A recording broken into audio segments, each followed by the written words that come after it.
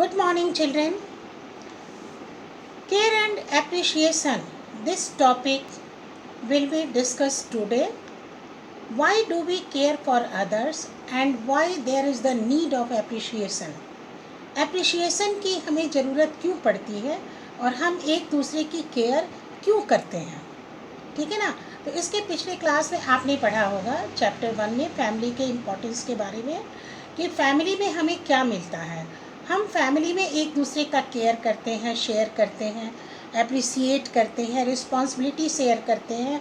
इन सारी बातों को हम शेयर करते हैं बेटा।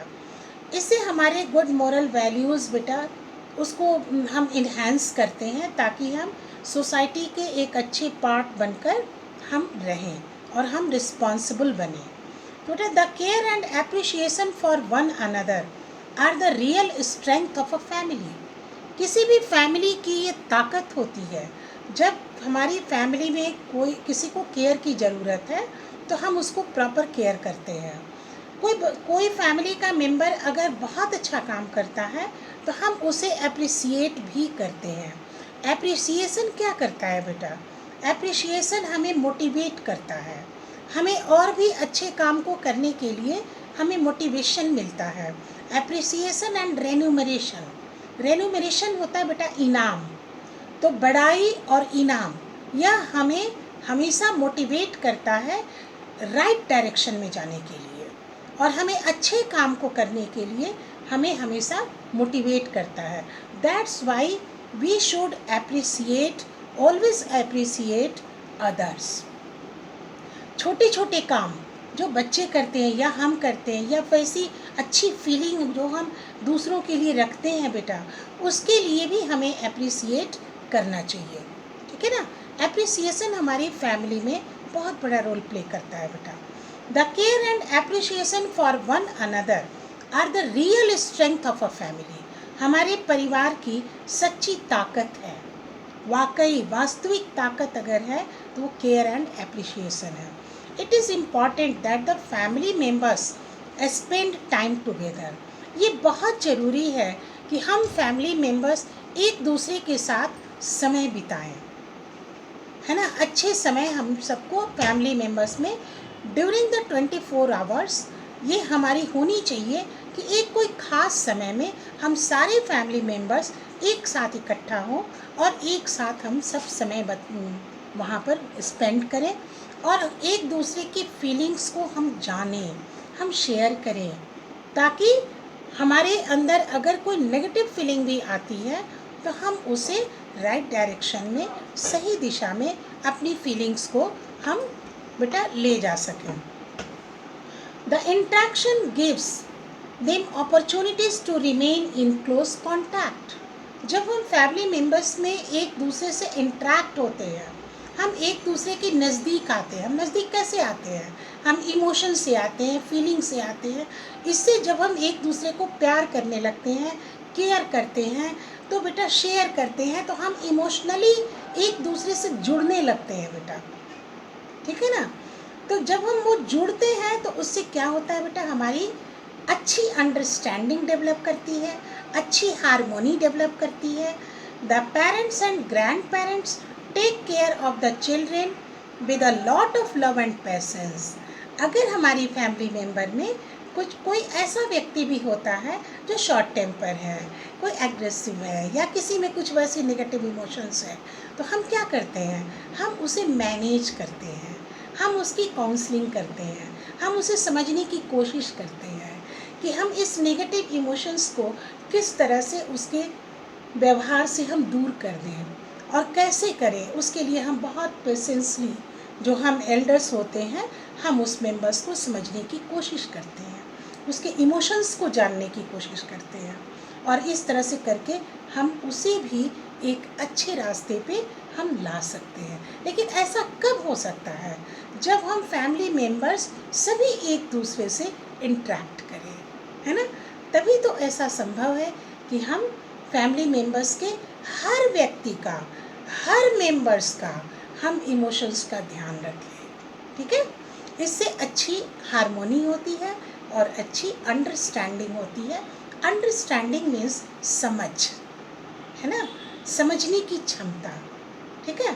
The parents and grandparents take care of the children, वो बच्चों का देखभाल करते हैं with a lot of love and patience. और बच्चे भी ग्रैंड पेरेंट्स को बहुत पसंद करते हैं, क्योंकि वो ओल्ड एज पेरेंट होते हैं, उनमें बहुत पेशेंस होता है, बहुत लव करते हैं, और बच्चों को ये चीज़ें अच्छी लगती है और वो उससे इंटरेक्ट करते हैं। और जब वो इंटरेक्ट करेंगे तो नेचुरली जब वो कुछ वैसी गलत रास्ते पे रहेंगे तो वो लव और अफेक्शन से हम आसानी से ग्रैंड पेरेंट्स उन्हें अपनी ओर खींच लेते हैं और वो गलत रास्ते पे जाने से रोक लेते हैं, क्योंकि वहाँ पे एक क्लोज बॉन्डिंग्स होते हैं। तो बच्चे भी अपने पेरेंट्स के ग्रैंड पेरेंट्स की बात को समझते हैं कि हाँ, यहाँ पर हमें हमसे गलती हुई है या ये गलत रास्ते हैं, हमें वापस आना चाहिए। ये कब ये संभव है? जब हमारे फैमिली मेम्बर के बीच में क्लोज बॉन्डिंग हो, इंट्रैक्शन हो, ठीक है। Similarly the children also look after the elders, और बच्चे भी हम एल्डर्स की बहुत देखभाल करते हैं। Every member of the family has different responsibility, हमारे परिवार में जितने भी मेंबर्स हैं सबकी रिस्पॉन्सिबिलिटी दे दी जाती है, और हमारे फैमिली में सभी मेंबर्स बहुत अच्छे तरीके से अपनी रिस्पॉन्सिबिलिटी को बेयर करते हैं।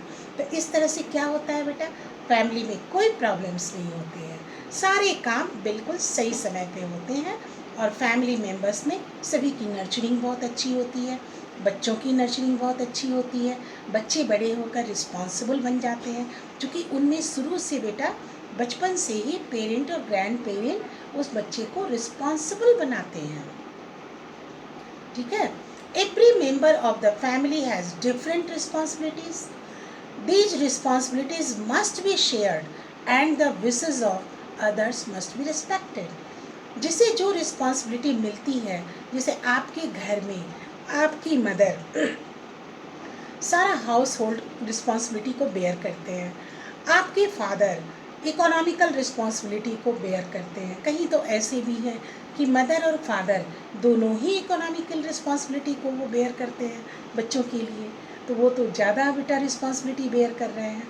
लेकिन बच्चे उन बातों को देखकर बच्चे भी रिस्पॉन्सिबल होने लगते हैं, जब वो देखते हैं मेरे पेरेंट्स इतनी सारी रिस्पॉन्सिबिलिटी को बेयर कर रहे हैं, तो उसकी कुछ रिस्पॉन्सिबिलिटी को हम भी शेयर कर लें, और वो भी बेटा उसको बड़े अच्छे से वो बेयर करते हैं और वो कोऑपरेट करते हैं अपने हाउस होल्ड में। इस तरह से बेटा करते करते जब वो बच्चे बड़े होते हैं, ग्रोन अप होते हैं, धीरे धीरे उनकी रिस्पॉन्सिबिलिटी और भी बढ़ जाती है, ठीक है, और वो एक good human being, responsible good human being वो बन जाते हैं बेटा। तो वो कहाँ से बने? हमारी फैमिली से बने। मैं समझती हूँ अब आप इस टॉपिक को समझ गए होंगे। लेकिन फिर है बेटा फैमिली लाइक्स एंड डिसलाइक्स, ठीक है। फैमिली की पसंद क्या है और नापसंद क्या है। जब हमारी फैमिली बनती है बेटा, तो हमारी फैमिली में कई मेंबर्स होते हैं, कुछ की पसंद कुछ और होती है, कुछ की पसंद कुछ और होती है, किसी की कुछ नापसंद होती है। तो हम फैमिली मेंबर्स क्या करते हैं बेटा, जिसकी जो पसंद है उसका हम केयर करते हैं, नापसंद है उसका भी केयर करते हैं।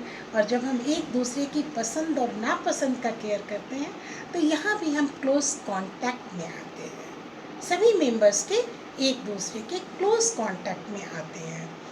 In each family, the members have their own likes and dislike. Likes means पसंद, dislike means नापसंद। It may be a special dish, हो सकता है कुछ डिश हो, स्पेशल डिश हो जो किसी को बहुत पसंद है, ठीक है। कलर है, किसी को बहुत सुंदर लगता है कोई कलर, स्पेसिफिक कलर। ड्रेस है, म्यूजिक है, टेलीविज़न चैनल है, किसी को कुछ चैनल पसंद है, किसी को कुछ चैनल पसंद है। The members also have preferences. Preference means यानी उसे प्रायोरिटी देना, उसको प्रधानता देना, ठीक है ना। Preferences as far household chores are concerned. जैसा हाउस होल्ड कोर्स है, कोर्स मीन्स सुविधा, जो घरेलू सामान की सुविधा है बेटा, उसके हिसाब से उसे प्रेफरेंस दी जाती है। दे मे और may not like washing clothes, buying groceries, paying bills or watering plants. But all household chores are necessary. Hence it is important to share the responsibility. इसलिए बेटा हमें रिस्पॉन्सिबल होना बहुत ज़रूरी है. अंडरस्टूड. अब मैंने जो आपको इतना बताया बेटा, आप इसे बहुत अच्छी तरह से लर्न करेंगे, डिफ़िकल्ट वर्ड्स को लर्न करेंगे. ओके.